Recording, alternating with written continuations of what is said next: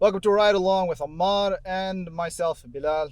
Today we want to I'm talk. driving. He's driving. Yes, that was a question. I was driving last time too. Yes. British people were confused. They didn't know what side. We drive on the left side. So, so today's topic is about racism. It's not Bam. About, Talk about it. Talk about it. Well, a couple things I want to address, especially in light of everything that's happening today in Baltimore. Why is it that when I started going to the masjid as a teenager, one of the first words that I learned was kallu? Yeah, why do Desi people call? Why was that the first word that I learned? Before I learned about biryani, the wonders of biryani, before I learned about how to say ham namaz par chike hai, namaz par hai. First thing I learned. They didn't teach it to you right. No, man.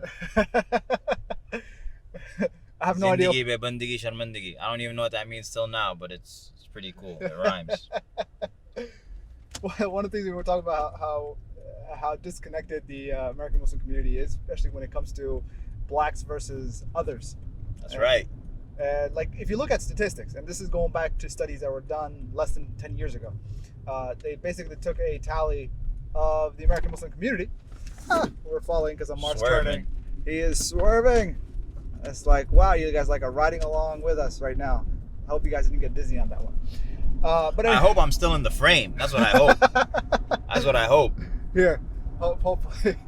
This is actually take 3 because the first 2 takes we did, he wasn't in it. Always pushing out the black man, these guys. Always pushing us out of the frame.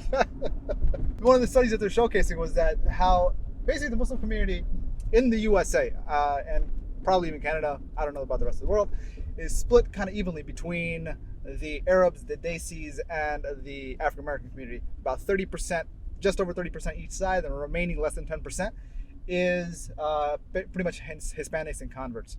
And so now the thing is, that's a surprise to me. If that is really a statistic like that, I wouldn't have expected that. Yeah, I mean, surprisingly, if anything, I would say of the 3, the African American community is probably the largest.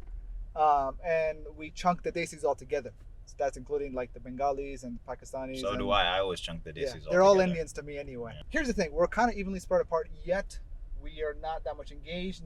And when it comes to the African Americans, whether they're converts or not, and they come in with the immigrant community, they want to engage with the immigrant community, many times ostracized, meaning they're excluded. So what's the deal with that? Why do we do that? Why is racism inherently in the Muslim community? I mean, especially considering our history. Everybody who came in the 60s, 70s, 80s, they owe a lot to the African American community because it was the civil rights struggle that opened up the doors, through the change in public perception with regards to color, through the civil rights that allowed for non-white immigrants to immigrate to the United States. There's a reason why the first Muslims who immigrated to the United States were the Syrians and the Lebanese 100 years ago, because they're the whitest. Well, actually, it was more along the line. I think the African American community was the first. Other than that, I'm talking about immigrating. Not being shackled. Yeah, I'm talking about immigrating. You're talking about the Syrians and the Lebanese were here 100 years ago. Yeah, and in the the 60s, the 70s, the 80s. Maine. That's when the Desis and the Arabs and the Africans started to come over, and so that's a debt that's owed to, the African American community and their struggle, and that should be something that's appreciated.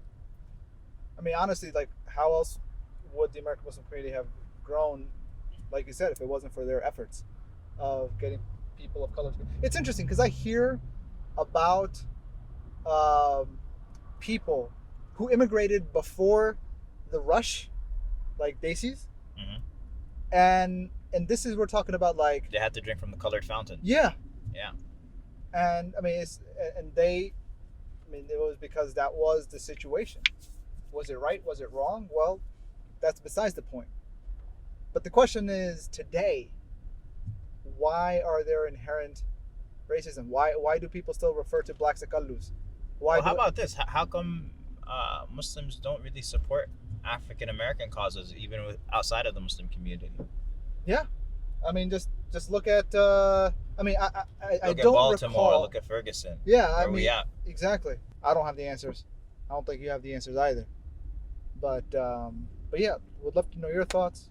Like, what's the reason for these? What the root causes are? And at the same time, what do you think? Even if you don't know what the sources are, but perhaps maybe you have some ideas on how to move forward despite the past.